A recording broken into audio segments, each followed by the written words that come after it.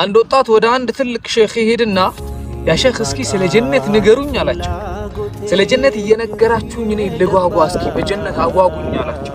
አንድ አጂብ የሆነ ንግግር ተናገሩ። ቃል ፊሃ ረሱሉላህ አለይሂ ሰላቱ ወሰላም ነቢ ሙሐመድ አለይሂ ሰላቱ ወሰላም ውስጧ አሉ አሉ። ከፋ እንዲህ ሲዘዋወሩ ታያቸዋለህ አሉት። ለዚህ ነው አላህ ሱብሓነሁ ወተዓላ የጀነት ሰዎች ጀነት ከገቡ በኋላ ይሰበስባቸውና አንድን የግርማ ሞገስ ንግግር ይናገራሉ።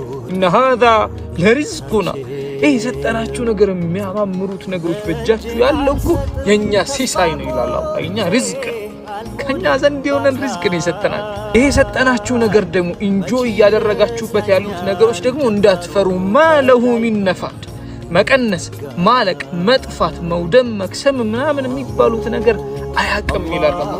ደልብ ዘና በሉ ይላል። ጀና አላህ ሱብሓነሁ ወተዓላ የጀነት ሰው ያ ሰላም